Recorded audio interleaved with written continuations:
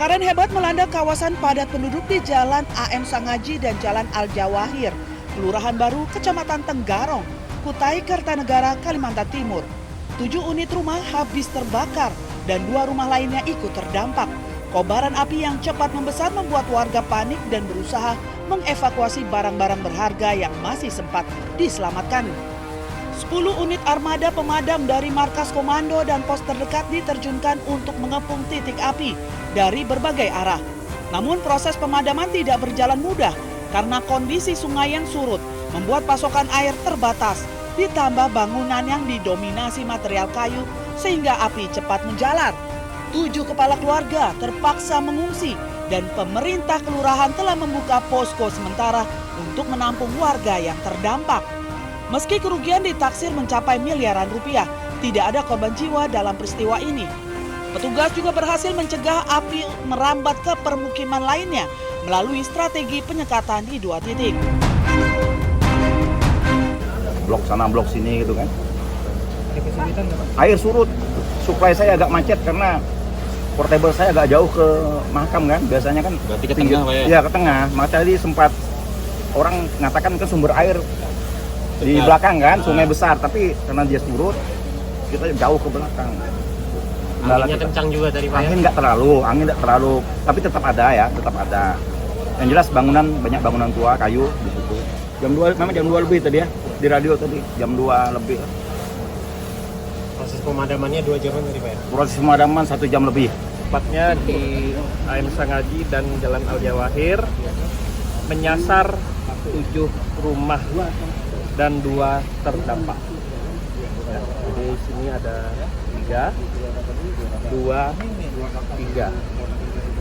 Ada 7 keluarga yang terdampak akibat kebakaran ini. Untuk sumber api mungkin Pak? Sumber api Pak masih dalam proses penyelidikan pihak yang berwajib. Kayu semua. Yang terdampak dapur hanya toko perlengkapan bayi. Hingga kini penyebab pasti kebakaran masih dalam penyelidikan pihak berwenang. Dugaan sementara mengarah pada korsleting listrik.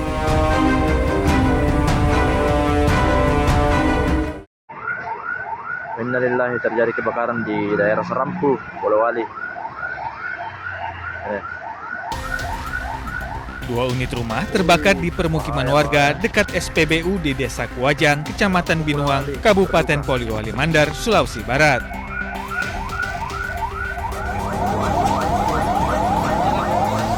Tugas pemadam kebakaran dibantu warga berjibaku memadamkan api. 3 unit damkar dan 12 personel berhasil memadamkan api selama 50 menit. Kebakaran juga menyebabkan 1 unit rumah mengalami kerusakan ringan. Diduga api pertama kali muncul dari minibus pengangkut BBM ilegal yang terbakar saat tengah parkir di depan rumah warga. Tidak ada korban jiwa, namun total kerugian materi diperkirakan mencapai ratusan juta rupiah. Hingga saat ini, polisi masih menyelidiki penyebab pasti kebakaran serta mendalami dugaan adanya muatan BBM ilegal di dalam mobil yang terbakar. Dari Polewali Mandar, Sulawesi Barat, Uzair Zainal, iNews melaporkan. Ini pakai cadar lagi. Baru ini berapa kali begini ini penipuan, emas palsu. Pasangan suami istri tertangkap warga usai menipu dengan menjual emas imitasi seharga emas asli di pasar tradisional Minasa Maupa, Kecamatan Somba Opu, Kabupaten Goa, Sulawesi Selatan. Pak Sutri ini menjual emas palsu seharga Rp1.200.000 kepada pedagang, padahal emas imitasi tersebut dibeli secara online seharga Rp66.000. Untuk membuat pedagang lebih percaya, kedua pelaku juga membawa nota pembelian emas palsu. 1,5 gram. 1 gram. Harganya berapa dia jual? Dia maunya 12.50, 1.250. Berhubung barangnya masih bagus, masih oke, saya tawar 12 karena kan dia akhirnya setuju. Dia saya bayar. Kita tidak tahu itu emas palsu ya? Dan periksa sebelumnya? Enggak, memang sudah ada suratnya. Polisi menyita gelang, anting, serta cincin imitasi dengan 6 lembar nota pembelian palsu yang diduga sengaja dibuat pelaku. Penipuan dengan cara terlebih dahulu memesan barang berupa emas imitasi melalui Shopee berupa 6 gelang dan 2 anting-anting. Pada saat di TKP dia setelah membeli barang tersebut kemudian dipasarkan di beberapa orang, ternyata barang itu adalah imitasi dengan harga emas yang seperti penjualan emas yang asli. Akibat perbuatannya, pasangan suami istri itu dijerat pasal 492 KUHP dengan ancaman hukuman maksimal 4 tahun penjara. Dari Kabupaten Goa, Sulawesi Selatan, Bukma, iNews melaporkan. Memangnya ini dia, ini yang hilang HP-nya? Iya, yang dia jalan dari belakang itu Kak, anakku. Yang di depan itu yang si adiknya, kembar adiknya. Nah itu tuh dia tuh Kak, itu tuh. Seorang wanita terekam kamera CCTV saat mencopet di salah satu pusat perbelanjaan di kota Makassar, Sulawesi Selatan. Setelah berkeliling, pelaku akhirnya berhasil menggasak ponsel di tas seorang anak yang ditinggal pergi oleh orang tuanya. Berbekal rekaman CCTV, polisi kemudian menangkap pelaku di Kecamatan Manggala. Polisi juga menyita barang bukti ponsel milik korban yang sedang digunakan pelaku. Kami dapatkan barang bukti yang sementara dikuasai. Oke, motifnya kan dari hasil interogasi siapa yang Motifnya karena faktor ekonomi. Saat ini pelaku beserta barang bukti telah diamankan di Polsek Panakukang untuk menjalani proses hukum lebih lanjut. Di Makassar, Sulawesi Selatan, Muhammad Turbone melaporkan.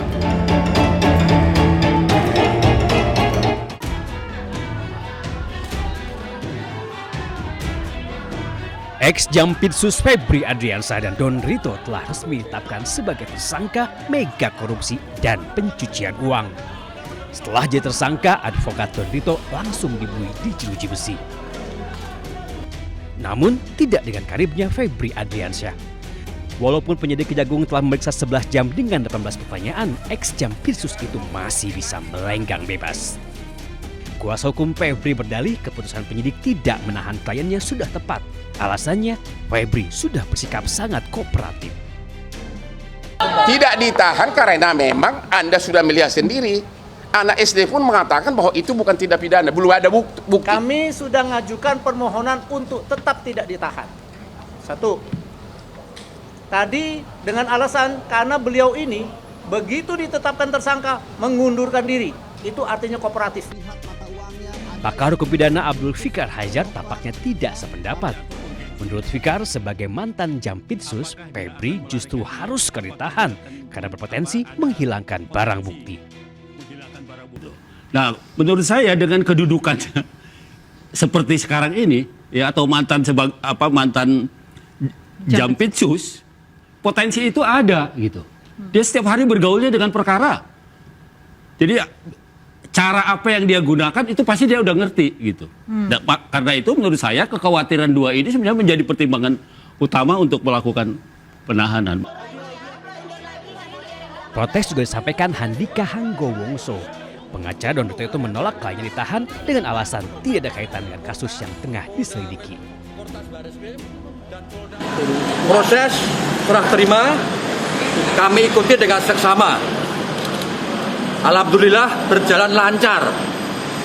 Namun yang membuat kami shock, klien kami, Pak Idon, langsung ditahan. Walaupun diduga bekerja sama mengkorupsi uang negara, namun perlakuan hukum yang diterima Don Rito dan Febri Adriansyah nampaknya berbeda. Padahal sebelumnya, Kejagung sudah berjanji akan menangani kasus yang menyerat Don dan Febri secara adil dan transparan. Tim Liputan iNews melaporkan.